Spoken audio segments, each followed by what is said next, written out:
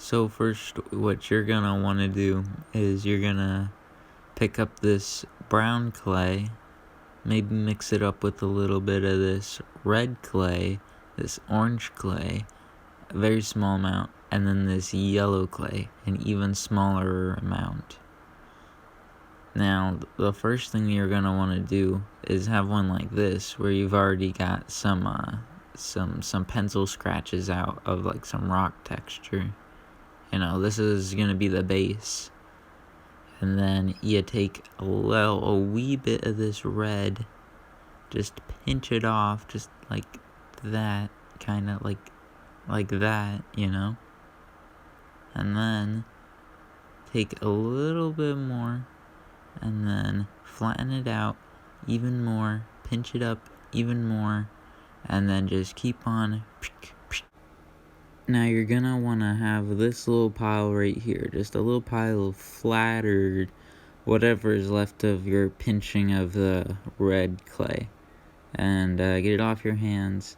And then you're just gonna take one at a time, just put it on like the corner of one of like the vertexes of where each one of those lines meet, cover it up completely until you get something that looks like this. Then you're gonna take this tool, or some sort of like flat thing, looks kind of like that, you could use one of those. You could use that to flatten it out, different camera angle, and just watch closely, just the ends, and then just rub them off, rub them into the corners, smear them out, make some nice fades. They don't have to be perfect, of course, because if they were perfect, then this would take a really long time. See, this is closer to the middle area where I'm getting more and more done, getting closer to the end, and bada bing, bada boom, we've made it this far, and it looks pretty nice. Yeah, you can see that it's definitely shinier since I've smoothed it out more, but it's a bit bumpier at the same time. And gonna do the same thing that we did with the red, but with the orange, where we pinch off just a little bit and then pinch off from there, tiny little snippets, but we're snipping with our hands and pinching it off like that. Then, just like before, you just have a bit of a smaller pile of orange.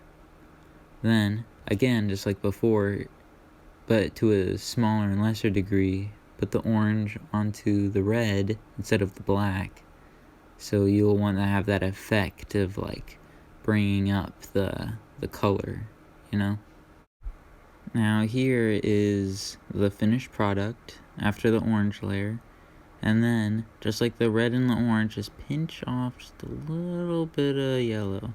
My yellow, unfortunately, is mixed with a little bit of black. I forgot to get different yellow, but I was already pinching it, so it doesn't really matter. And it shouldn't matter too much since it was already black in the bottom. And right onto the orange. Just like before with the orange onto the red, trying to layer it up little by little. And this one kind of covers up the orange a lot, but that's fine. Maybe it's to make the orange look more like an in-between than its own layer. Maybe it's to add some sort of effect to it. But just take it and pinch it along, and bada bing, bada boom. That was the finished result. Now this brown, there's a whole heck of a lot of it. Gonna take random chunks and pretty much just how I tore it. You don't have to tear it exactly like that, but just leave it as it is, like that. Don't try and mess with it anymore. Just save it for later, and then just keep these kind of shapes. And the shapes are gonna be exactly what you want, like this kind of torn, broken kind of look. And you're just gonna want to squish it on. I would recommend some sort of Bacon Bond kind of glue that would make it a bit more secure, because just pushing it on isn't really the best, but it does work. Now, just take other little pieces, rip them off in the shape that you want, and try and get some of that, the brightest look, the brightest yellow peeking out a little.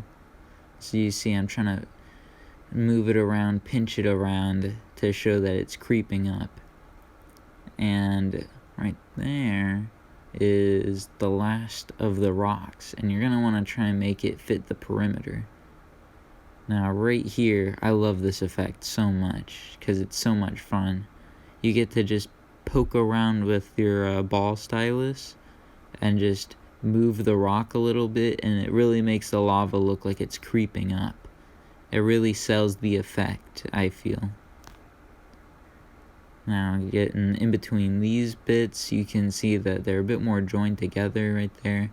And then just beat up just the general area, like the ends of the rocks.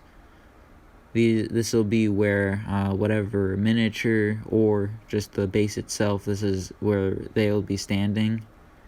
And if you want to be crazy, maybe even put tufts of grass. I feel like that could be really interesting and kind of not very good.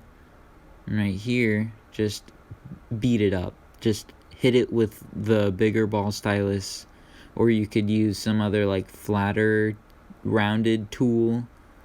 You could use the smaller ball stylus. I did that with a different one. Right here actually.